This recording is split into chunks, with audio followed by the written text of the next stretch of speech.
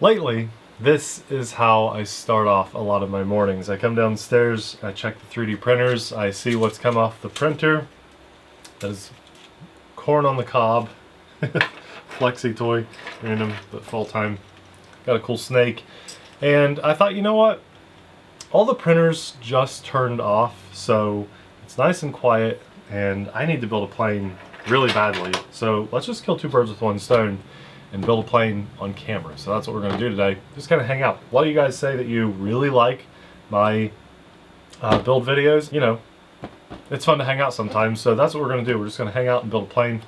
This is the Hobby King or Durafly Me-163b V2. It is a very cool, unique style of airplane. It's a rocket plane, actually. It's a 4S capable little RC plane, 2200 milliamps, so that's my favorite size battery. Just very common, powerful, punchy battery. And the unique thing about this is that it has the ability to drop its wheels, at least if my memory serves right. The wheels can drop off after takeoff, so it utilizes landing gear while on the runway to take off. And when it's in the air, for increased maneuverability, you can drop those wheels to get around a little better in the air. Then when you land, you plan your landings for the grass and you do a belly landing. It also has the ability to have one of those little Estes rocket pods that is actually a flammable, rocket to be triggered so that you get this really cool boost while you're in the air. Am I going to utilize that? Well, I'd like to. I know that I have permission to use rockets where we fly because we have a rocket club that actually flies there and launches there once a month. So that's nice to already have like that permission and allowance to do that. But this is going to be no bells and whistles. We're just going to go right into the box, unbox this together, build it together, probably bind it to the radio together. Kind of just go through the process. I know we don't do this a lot on the channel, so a lot of you guys are kind of curious about how I do the process. Every now and then we throw a build video out, but usually only just really simple things. But to still show you, it is easy. So I think years ago, like a decade ago, I had the older version of this, the V1 version, because I remember having my magnetic landing gear. I believe that's how it was held on, and then it dropping off when we took off. So there's our landing gear. We have very few bags in here. This is actually really nice. Some decals. We almost got everything out here. We got a little box. It's kind of taped in. That has all of our small stuff in it. There we go. That's basically everything. It was a very, very quick unboxing, which means most of it's there. So again, our landing gear, small pack of got our props and hardware, little antennas. There we go. Fuselage already assembled, already decaled up. Pilot inside, looks really good. Let's see, that comes off. There's our ESC. Here's our quick setup guide. The only thing that I wish Hobby King and Durafly would do is, that's great. They give me one more page, or like 2 or 3 more pages of the instructions. They do want you to go to their website for the instructions. I'll bet you we could do this without it, but just for the sake of doing it right, I like to have the instructions in front of me. But every now and then, we get like early releases of airplanes and they don't have instructions, and I've built hundreds of planes now, so I know some guys would say this is not building, this is just assembling. I use my terminology all very loosely. I'm playing with toys here, so I try not to take any of this too seriously. But yeah, we're assembling a pre-built plane. So there's our tube for the wing support. And we've got great looking paint on this. They did a really good job. I think there's a red version of this too, which is probably why the wheels are red. They just went with one simple. There's our vertical stabilizer, fuselage, not a lot of pieces here. We'll go ahead and pull up the instructions anyway and put this thing together. This is 1000% not sponsored or anything. I've had this thing for years. I can't tell you how many times this has come in handy. I need adhesive to hold some of these things together on this. And I don't like super glue. I don't like it for a lot of reasons. I like to use hot glue on my foam builds, and I'm not saying you guys should. That's just what I use, and it's worked well for over a decade, but the good stuff. And anyway, the funny thing is, the reason I got this out is because all my outlets are full right now, and I just don't want to move things around. So when I need an outlet that I don't have readily available, this is my mobile outlet. It is fully charged, and it can run a refrigerator for 12 hours. I mean, it's amazing. So I'm going to use this to power my hot glue gun, and if I needed any other kind of tools too. When we go on vacation or anything, I always bring one of these with me. And the nice thing is too, even if you don't have a source to power this up, like to recharge it overnight or something in a hotel, let's say you're camping somewhere, you can get a solar panel for these and just keep them going. So I'll link one of these in the description box below, but they're extremely handy. All we do is power it up, and then I will turn on the AC, plug in my hot glue gun, and I've got power. And actually, one of my favorite things about that is it tells you how much something is drawing. So I always thought hot glue guns, they get really hot, they burn. I always thought they draw a ton of power because they get so hot. But I'm currently drawing, as it's heating up, 28 watts of power. Now that thing is rated for 500 watts of constant draw.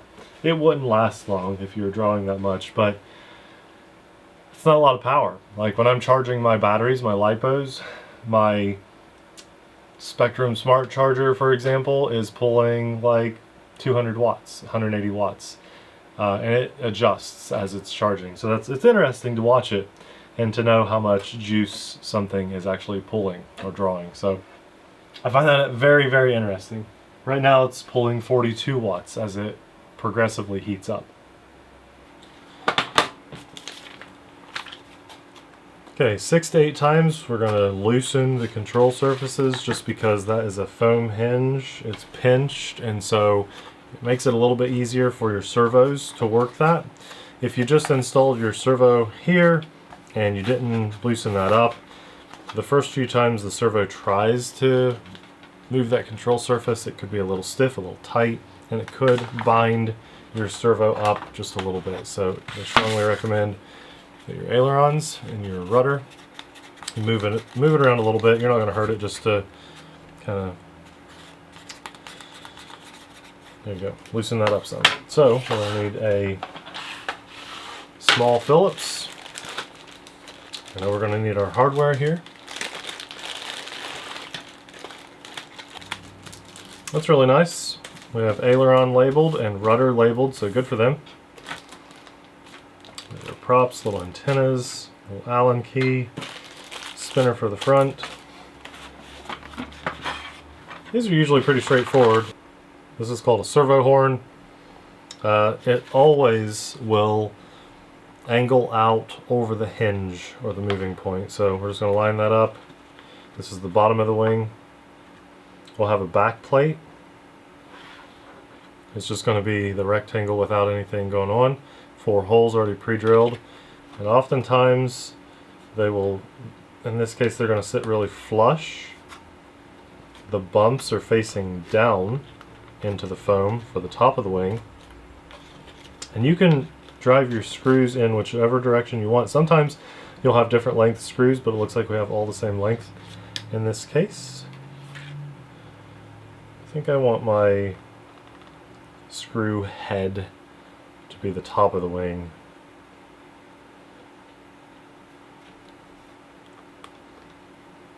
That'll work.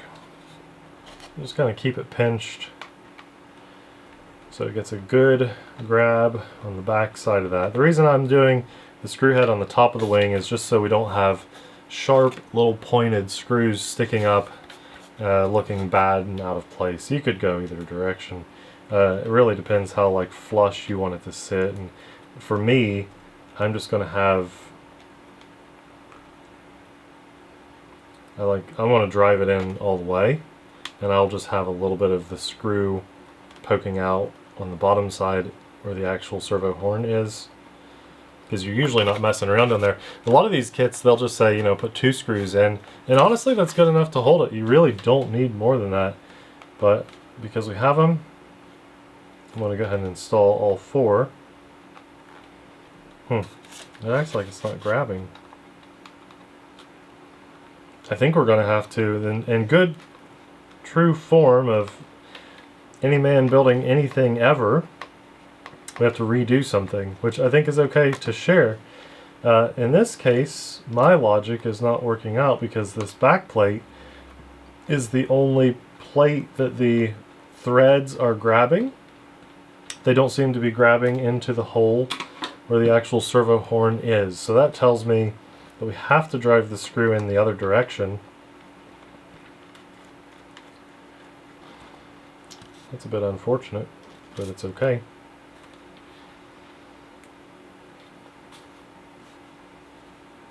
The servo horn is still going the same spot, the same direction. The plate is also still going in the same spot, in the same direction. But now, we're driving the screws in this way, and that is because they're going to slip through the horn plate holes, and then the back plate is where they're going to grab on. So I might have to clip those off if I want it to look clean, because they're probably going to protrude to the other side. Yeah, they are. That's interesting. I'm very surprised by that.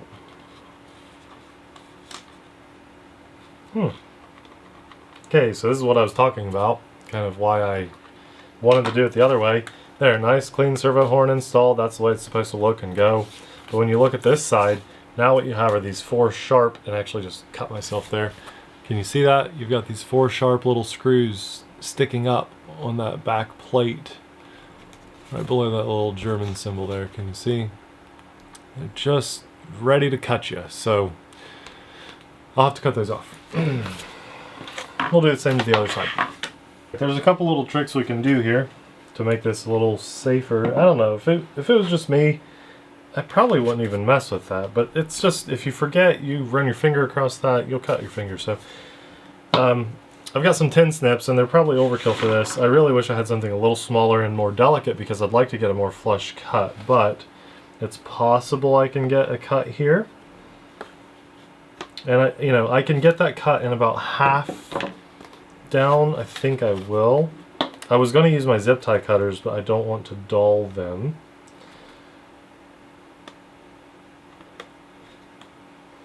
Yeah, that's just so crude. So here's my other idea that I had, and this is I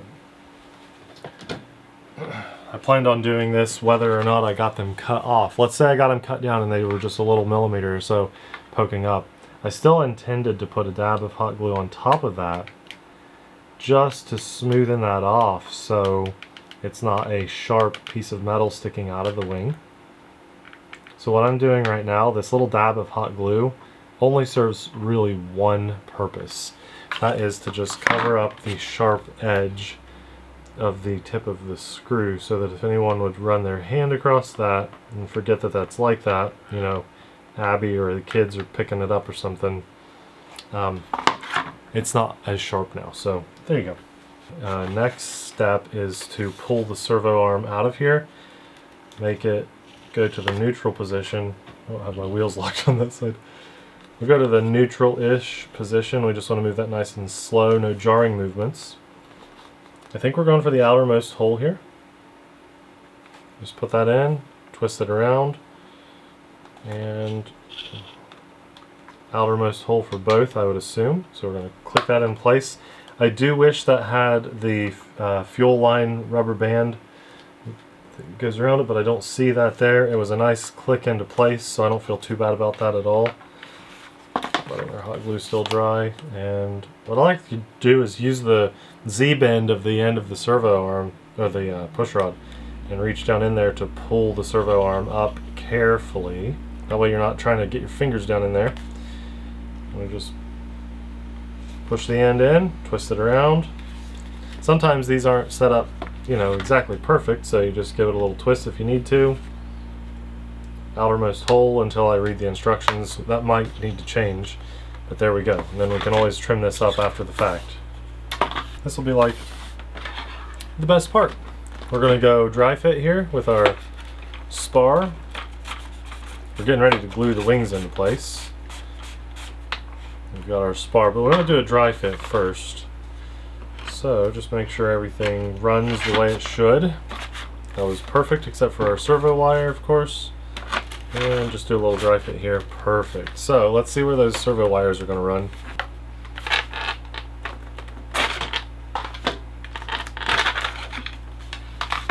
Okay, let's take off the canopy to make things a bit easier. To me it looks like there's just one slit in here. That's where the servo wire is going to run because it's already kind of predetermined.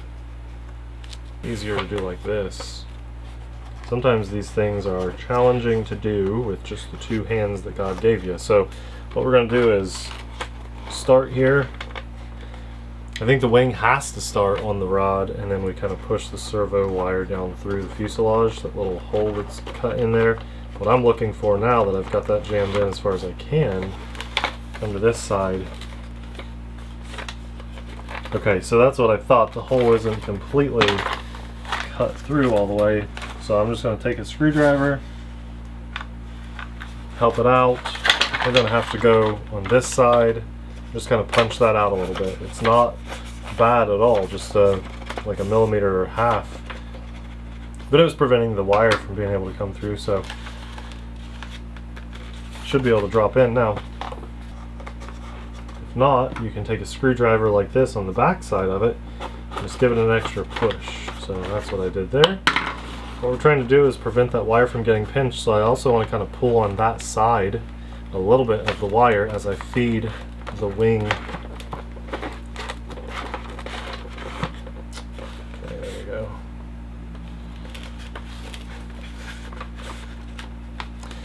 And I'm going to glue this now as I've got a little gap there. So my glue is going to go down in the cavity here on the fuselage because that tab on the wing will sit in there. That's probably the most important part. But I'm also going to glue all of the flat surface here and all the way along the back where the two pieces touch, so it'll just hold even better. And you don't want to overdo that because it's going to sandwich and squish in. You know, maybe slightly overdo in the cavity and then just a little bit on that surface. So get a little glue in here. Try not to get it on the servo wire because I still want to have some movement if I need to. Feed that through. A little dab up the top end. Just kind of go around the outer surface here. Just don't get too close to the edges because that'll seep out if you do. And it's going to anyway. Fully expect it to.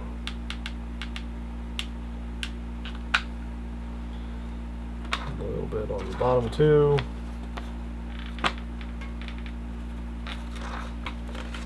Now we should be able to press that together, but also want to keep feeding the servo wire through at the same time.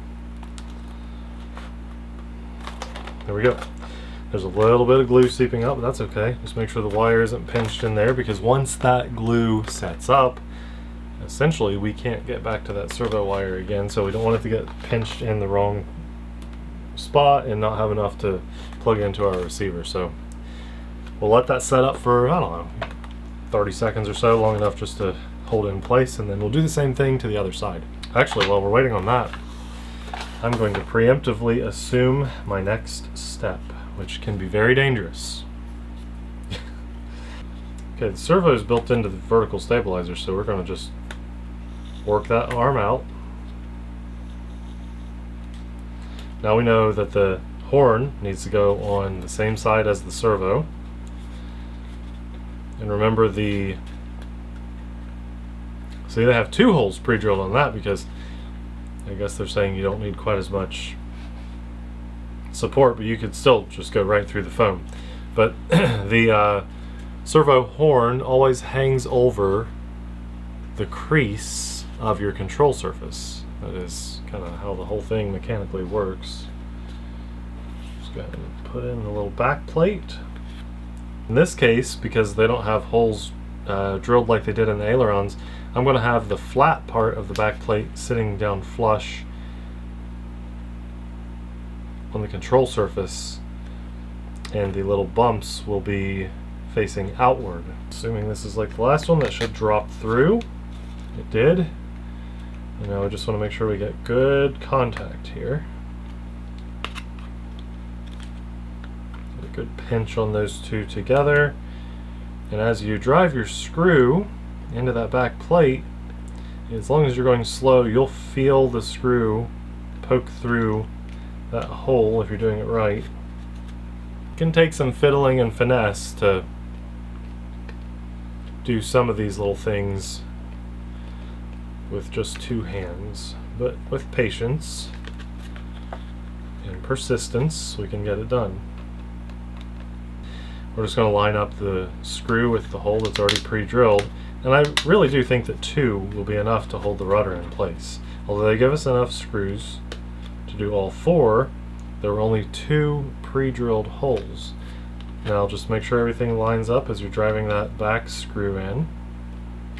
And when you can feel the plates giving you pressure on both sides, the pinch is there, you know it's good. So yeah, we're ready for the next drop of glue on the other side, so let's do what we did to this wing. We've got to start it on the spar, drop our servo wire in through. If it doesn't go, I've got a plan this time. We're just going to use that screwdriver, kind of push it through, popping it through the foam. Did just fine. Pull the wire through a bit, and now we're leaving just, you know, a few fingers worth of gap so that we can drop glue in there. So we're going to drop glue into the cavity, and again on that surface all the way around. Dropping some glue down in, that's probably the most important spot. A dab up here. Go around the flat surfaces on the outside. Don't need a bunch because we don't want it to seep out too bad. And a little bit back here without burning my hand. Hey, we did it. Okay, still not burning ourselves. And that's a win. Okay, give it a nice strong press. I'm telling you, hot glue on these things, man, they go good. But not the bad stuff. You need the good hot glue. I'll have it linked in the description box below. There's a big difference between craft store hot glue that's all foggy and white and does not hold well, and good hot glue. Alright, wings are in place. Included is this little sticker sheet. I just about tossed it, but I realize it has a purpose. So it is to hide the seam a bit better. Make sure we get the right side.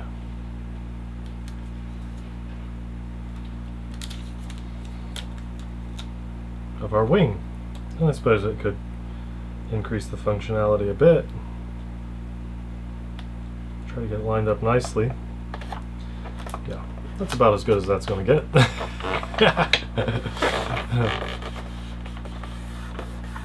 No one can tell from a distance, right? Let's do the other side. And then they have a top and bottom as well. It's actually really cool that this is included. We'll hit up the bottom. I don't know. Honestly, I'd probably go without those. But they're on now.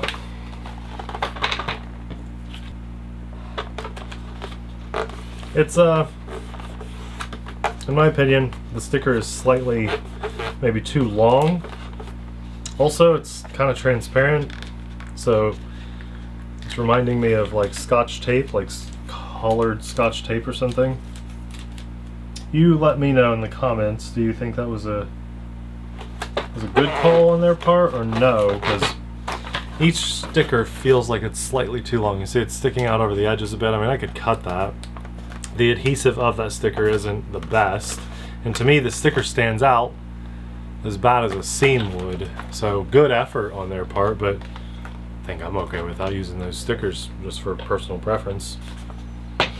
Push rod, so we're going outermost hole. Usually is pre-drilled, and it is, thank goodness. And it's slightly bigger than the others. So I can tell right now this is going to need twisted in. This servo arm needs to be at about 90 degrees in its neutral position. So what I'm doing is taking the clevis. I call it clevis. I always had, but people have corrected me and it is clevis. So I'm taking the clevis and just screwing that in. I don't know, I did like 12 turns or something. Yours would probably be different. And now it's lining up better so that the servo is in a neutral position. At the arm, 90 degrees. We want that rudder to be the control surface also flush. So try to get that as good as we can visually. We can trim stuff up in our transmitter later, but not a lot. And I know this doesn't make much of a difference, but man, on these little tabs of the clevis, I like to put the tab on top, the hole on bottom, because gravity, right? Why not? Alright, we're going to take the vertical stabilizer. We have our servo wire. Obviously we're going to feed this down through the back of the fuselage before you apply any glue, man. Especially because we're working with hot glue, so we don't have long. I want to try to feed as much of that wire in there as I can, because we can always pull this back out. And of course I'm off camera there trying to film this while Abby's got Dano there. Okay, yeah, so there's my servo that fed through nicely. Sometimes feeding wires through fuselages is just the worst, but that was not bad at all.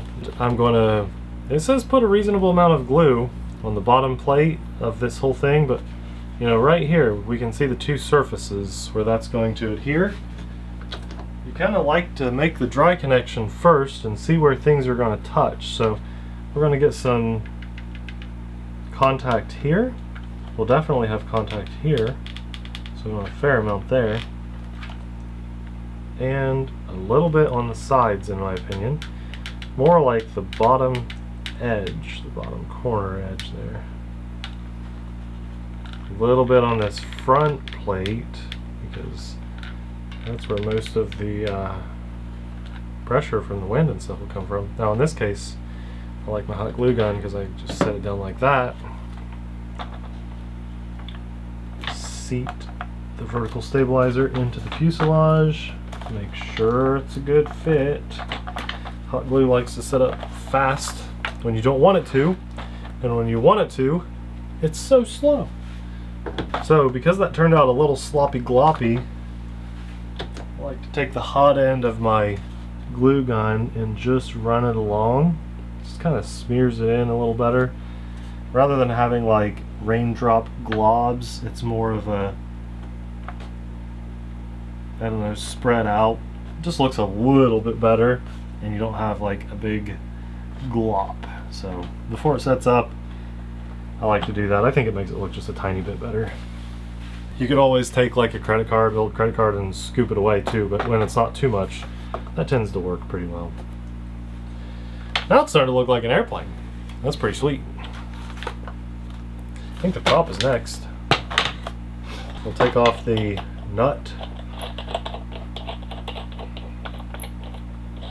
When I'm messing with this stuff, I try to always do outward for the airplane, up as I set it down, because in this case this washer is not the same both sides. And look at this, surprise surprise, we have two props. They give you an extra, a backup. They are identical, so it's nice, and it's a belly lander, so good on them. We might break a prop. Prop goes on, washer is next with our nut.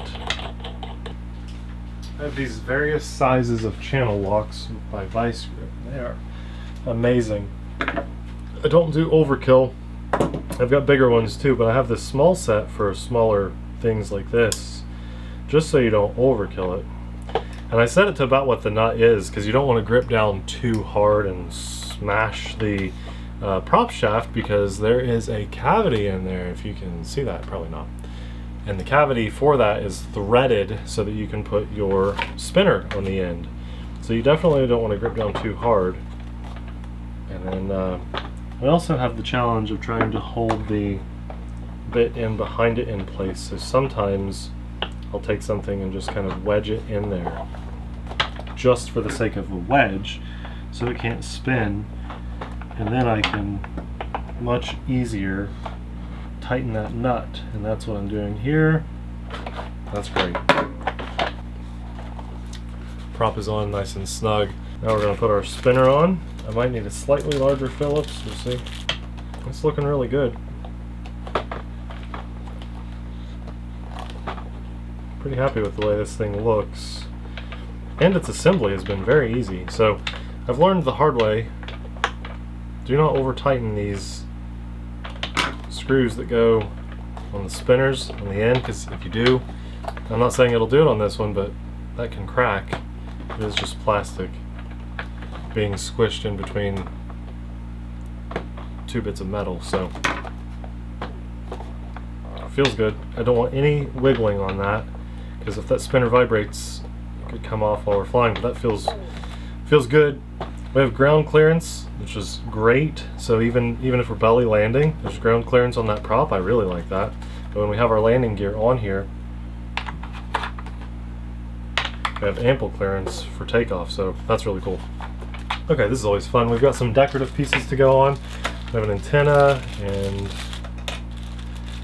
our probably wind speed tube or pitot tube. I assume that's what that is. Okay. Antenna. Hot glue. Just a little bit, don't need too much. And then there's a recessed little cavity here on the left wing. I'll put a little glue on that, on the top and the bottom. Don't need much. That's actually a nice little tip to let the hot glue set up just a tiny bit. I'm not in a big hurry for that wing.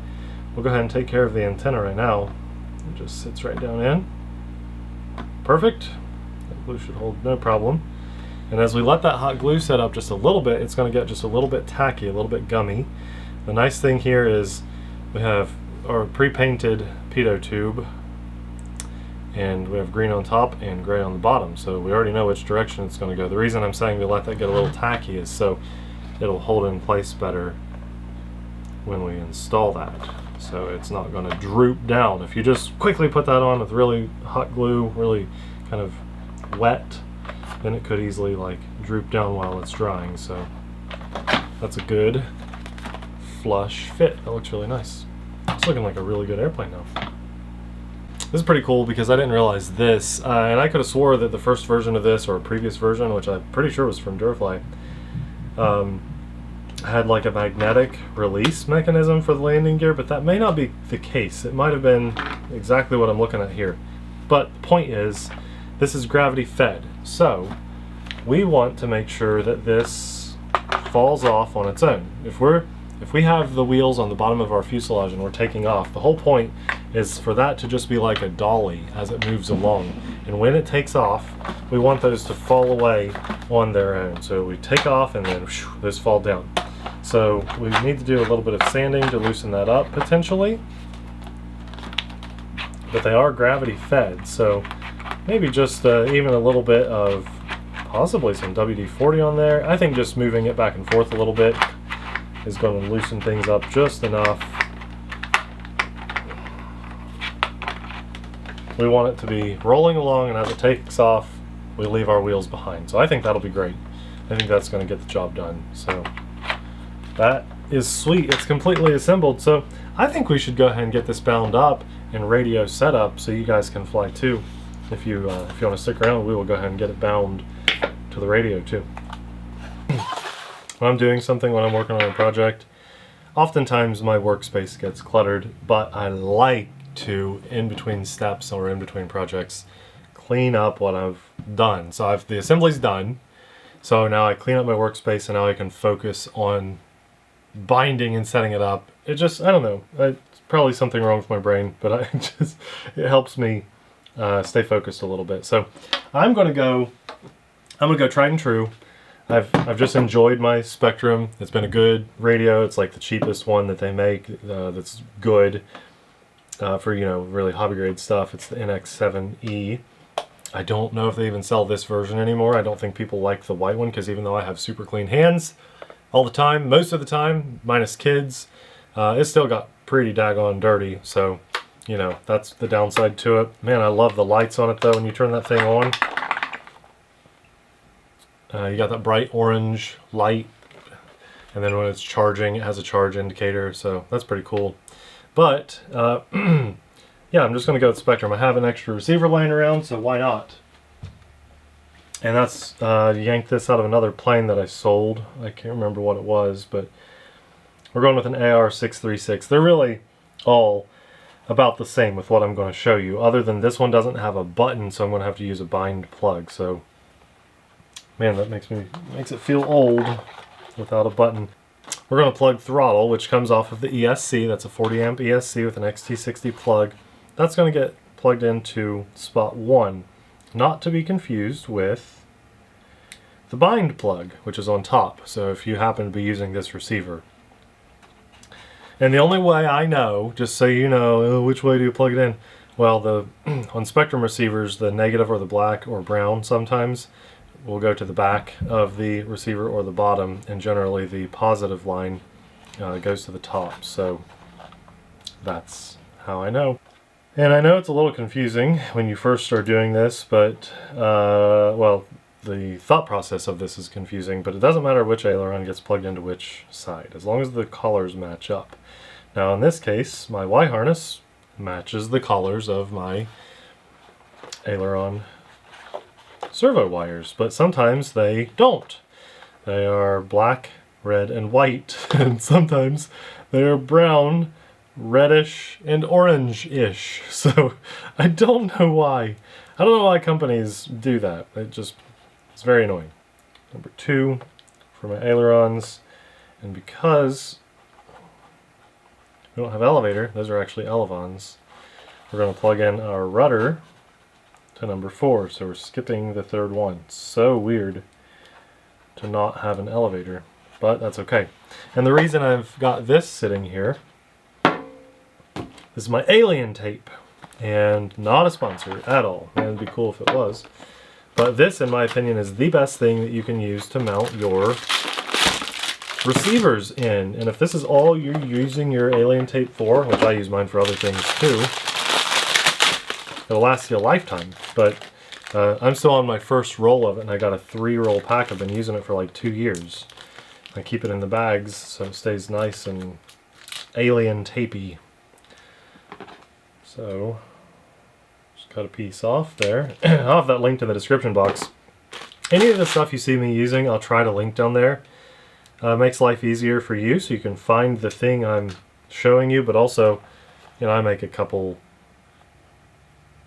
bucks of commission if you buy that tape through my Amazon link. It's not like a big deal, but it helps me out a lot. And instead of having some tape hang over, I should have cut that first a little better. I'm just going to cut that piece off now. Unfortunately, I'll waste a little piece, but this stuff is so sticky and so good, your receiver will not come out. But I also like the fact that it's rubbery and it will dampen vibrations.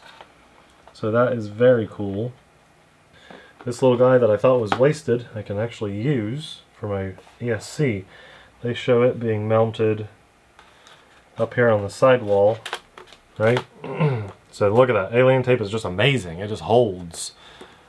Right there, ESC. Then they show the receiver just mounting to the other side. So I like to make sure my wires, I might need some more alien tape actually. I like to make sure my wires aren't twisted around. We'll get this installed maybe about down here. Give it a good firm press fit. The antenna can kind of loop up here, stays out of the way. I'll go with a bigger piece of alien tape for that ESC. It's got some weight to it anyway. That way the whole thing is just covered. And get it right. I'll make sure that still fits in. I might have to drop all my stuff down a little bit more. That's what's nice too about this alien tape, we can reuse it. Just peel slowly. and then drop down lower. Foam is sitting under the canopy. You need that to sit flush on the inside of your fuselage, so leave that space for that. Now, I believe we're going to put a strip of Velcro right in here. In the lowest part of the fuselage, there's a little cavity down in the bottom. So we're going to put, I do the rough part of the Velcro in the plane and the soft part on the battery.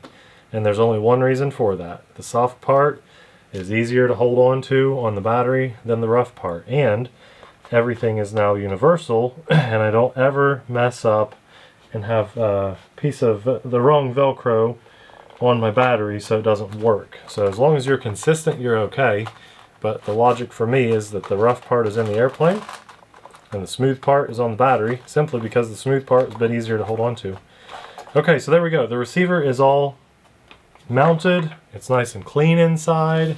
It looks really good. We should be ready to bind up. Now, because we have this still in a pretty good position, it wasn't too bad for binding. But some receivers might be weird, and you might want to try to bind that before you put it in there. Make sure that, yep, it sits nice and flush. So that's perfect. So let's power it on, bind it up, make sure all the control surfaces work. I have so many of these things. I put one in like every toolbox that I own. Alright, we are going to plug in the bind plug for this particular setup. Remember, you probably have you may have a different receiver, you might just be using the button. But in this case, I'm doing a bind plug with Spectrum, so this is how it goes. I like to fly stuff most of the time without safe. So, bind plug goes in, prop away from us, just in case.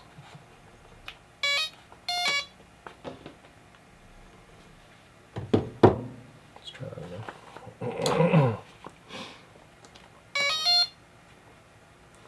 We have a flashing light on the receiver, which is perfect, and I'll have kind of my body here to hold the wing just in case we get power, which we won't, but we'll hold in the bind plug, throttle down, or the bind button, power on, release power. I've already set up the model and my radio, I just named it.